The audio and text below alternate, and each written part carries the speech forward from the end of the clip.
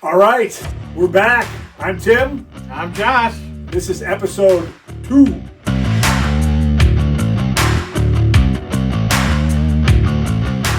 So, what are we going to do today, Josh?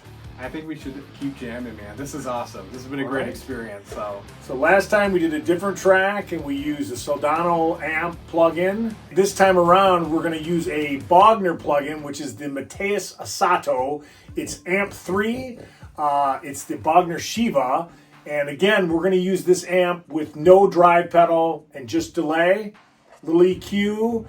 We're using totally different guitars. Josh, what are you using today? Oh, I got a 10th anniversary PRS, so it's got the American pickups, this thing rips. Nothing like Tim's though, I'm telling you, but it does the job. That is a beautiful color green. I love that thing, and it sounds amazing. So this is a unique guitar. It's a Kiesel guitar. It is a splatter finish with a nod to, obviously, Eddie Van Halen. Who doesn't love Eddie Van Halen?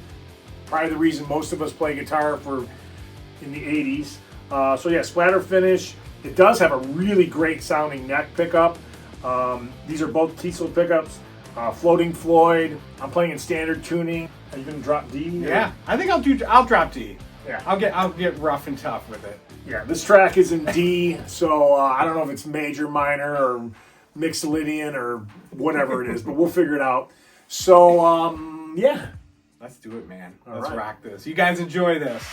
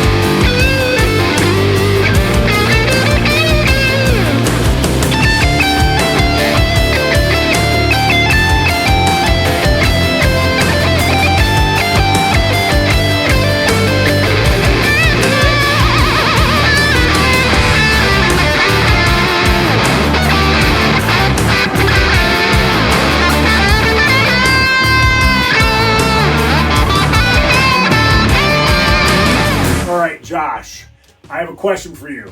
So, what guitar player made you want to play guitar? Even if you're a 12-year-old, 10, how old were you? Oh man, I was a late bloomer. I didn't start playing guitar until I was 16. What? So yeah, but I got obsessed. There was two Okay. things I loved: the guitar and my girlfriend, who's now my wife. So Nice. yeah. So Wait, let me pretty good. guess. Let me take a guess. I think you started playing because of Stevie Ray Vaughan. Yes, 100%. No, you can no, write. I you can swear write- this is real. We did not talk about this. You didn't know that, I don't think I knew dude? that. That's crazy. Do you know how I guessed that? Probably because how I play. It's exactly how you play. And that's a compliment, man. That's a compliment. Well, this isn't going to be a shocker, but because of Eddie Van Halen, that's why I play guitar. But this is going to be the interesting part. I'm such a pop music fan. Always have been.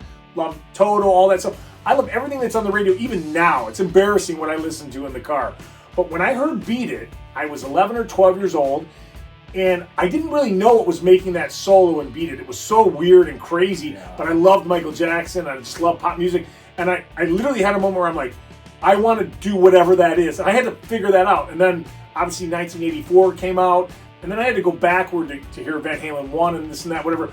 But, I'm a huge Steve Lukather fan, and anybody that does recordings and all that stuff. So yeah, Eddie Van Halen's the reason why I started just wanting to play guitar. I have another question. All right. Give me your top 3 guitar players. Just, it can be random. Of all time? You can only listen to 3 guitar players on a desert island, but you can listen to their whole catalog. Their whole catalog. This has changed for me in recent times. Yeah. So, number one, and because recently I went to a Tommy Emmanuel concert. Oh, and I was blown away. Yeah. Like one man on the stage with acoustic guitar, captivating the audience, just magic. He is by far up there. That's interesting. I find that interesting. Oh, 100%. But you saw him in concert, so that kind of. Oh yeah, I've always wanted to see him live, and it was his musicality, just the fact that it's chops, but it's actually just music with great chops. Yeah. That man. It's not chops for chops' sake. Yeah, that man is blessed. Like, okay. God gave him some great fingers, and Steve Ray Vaughan would be up there. Okay. And then it's kind of a battle between Albert Collins, who is the master of the Telecaster. I'm finding this very interesting, Yeah. actually, for me. And then, man, my third one. Who would my third one? It would have to be. I'm with you with Eddie, 100%. All right, so I'll give you my 3, and I'm probably going to change them now because I said you can only listen to these 3 guitar players in any body of work where they're playing guitar on an island. So that changes a couple things. Obviously, Eddie Van Halen, because I love that it's a big catalog of music. Mark Tremonti, I'm such a fan. I'm a Creed fan. Give me negative comments. I've always loved Creed. Big fan. Big fan of Tremonti for this reason. When he got in Creed, he was young. Great songwriter, all those crazy different tunings, great song, but he could not shred, he couldn't even play guitar solos. And then he got an endorsement. He's the second endorsement for Paul Reed Smith. Obviously Santana, then it's Tremonti. Creed was such a huge band, that's why they offered him this thing. And he's like, of course I'm going to take it, but he always felt guilty because he couldn't shred. After Creed kind of imploded, he went to the woodshed, he took lessons from guys, started Alter Bridge, started doing these solos. He has done so many things. He's got Alter Bridge. He's got Tremonti as a solo where he sings, and it's like real heavy, like Metallica type stuff, but he sings. Then he did, for charity, for his daughter Stella, he did a Sinatra thing. He sings Sinatra with the original Sinatra band. And if you listen to this, you think it's fake. So Mark Tremonti, I get to listen to Sinatra stuff, Alter Bridge, Tremonti, Creed.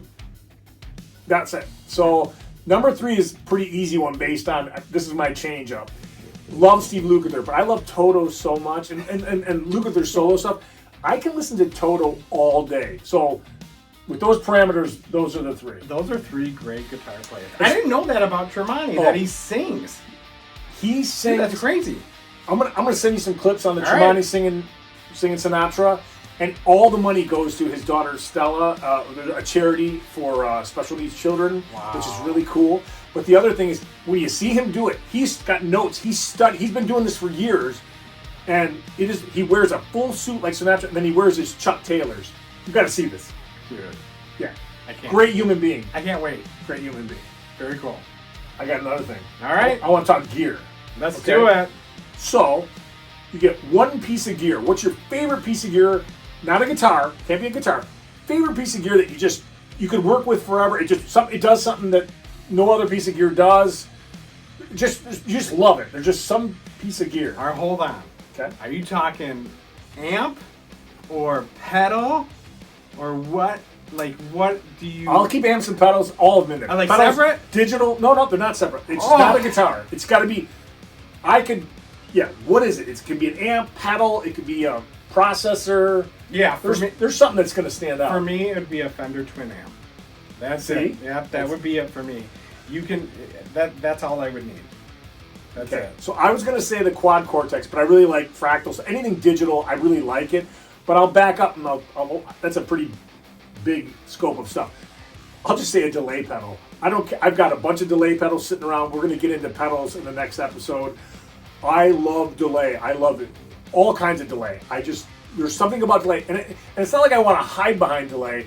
It just adds that space. My favorite guitar players use it for a sense of space, and I just love delay.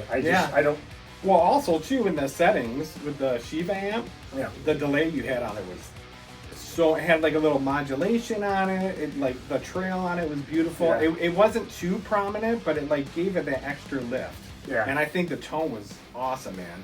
So here's something that's going to happen today where Josh doesn't know it.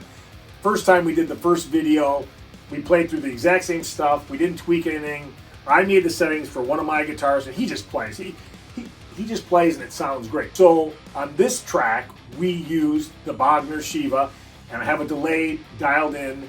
Josh was forced to use it. We could have changed it. He sounds so great with delay, and I don't think he's a delay guy. I think you're a reverb guy. Yeah. Well, I got enough delay in my normal playing. I play a little behind the beat, unfortunately. Yeah. So, I think it sounds great, and I think one of the things I'm enjoying about this the most is I'm seeing him do things that are making me think, what is my version of that? He plays some really nice melodies, and he builds and builds and builds, and I think that's incredible. The other thing that we're both finding funny now that we're doing the second one is we're recording and we're going back and forth, and while we're so different, we are in the same register at times, and it's kind of magical. It's kind of great. It's kind of cool. It's like really cool. All those moments live, and then things kind of going across each other. It's pretty wild. And the cool thing is like just being able to play and then respond of what's happening. Like that's a big part of it too. You know, sometimes when we're playing alone and we're doing our licks and we're playing over tracks or whatever, it's so different and opening to like play with another awesome player and be inspired by the playing. You know, I love it. It's great. And there's a couple things that I'm finding, again, real interesting on the second time around with this. Josh is playing the changes. He knows what key we're in. He knows what he wants to do. I got Tim fooled. But he's not necessarily playing anything specific. He's just kind of playing. I'm doing the same thing, but from a kind of different approach. And the other thing that I, again, find super interesting, we're working so fast here. Like, I don't work this way. I'm starting to love it and see why we do it this way. I'm pushing him a little bit. He's pushing me. That's it. We're recording these long sections, and like we're leaving little mistakes in, and we're just trying to relax and go with the flow, and that's not my thing. I sit here and I'll micromanage something until I think it's perfect, and it's probably taking the musicality out of it. Yeah, but like I said, I think all those magical moments, they happen. And there's, it's not perfect, but I love it. I mean, I think that's what makes you a better player, is being open enough to let your playing happen. And then you're learning, as you're playing across your journey. And it's like, hey, you know what? We're all growing, man. It never ends. I totally agree with that. That's good. It's kind of like life, right, Tim? If you want to get deep, it's like life is, there's roads, challenges, bumps, and it's like, hey man, what are you gonna do with those challenges in life? Are you gonna stop and quit and throw it on the guitar, or quit life? And sometimes you just gotta keep going, man.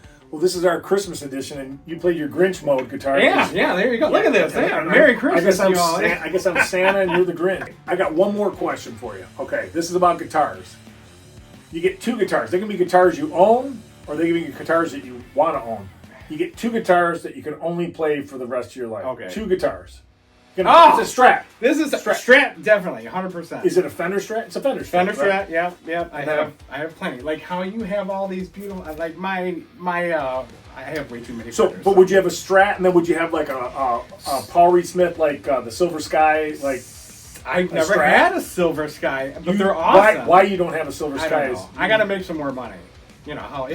Sell another 100 guitars.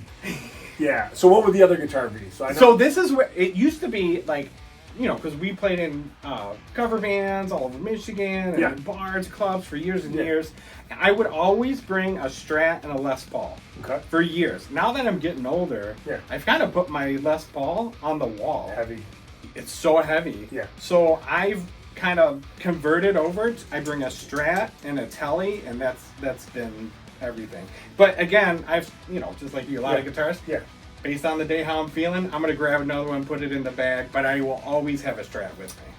I would have two guitars. I'm gonna grab one. You're gonna hold this really quick here. Oh yeah. I'm gonna grab one. So I would have. Stay tuned. I would have.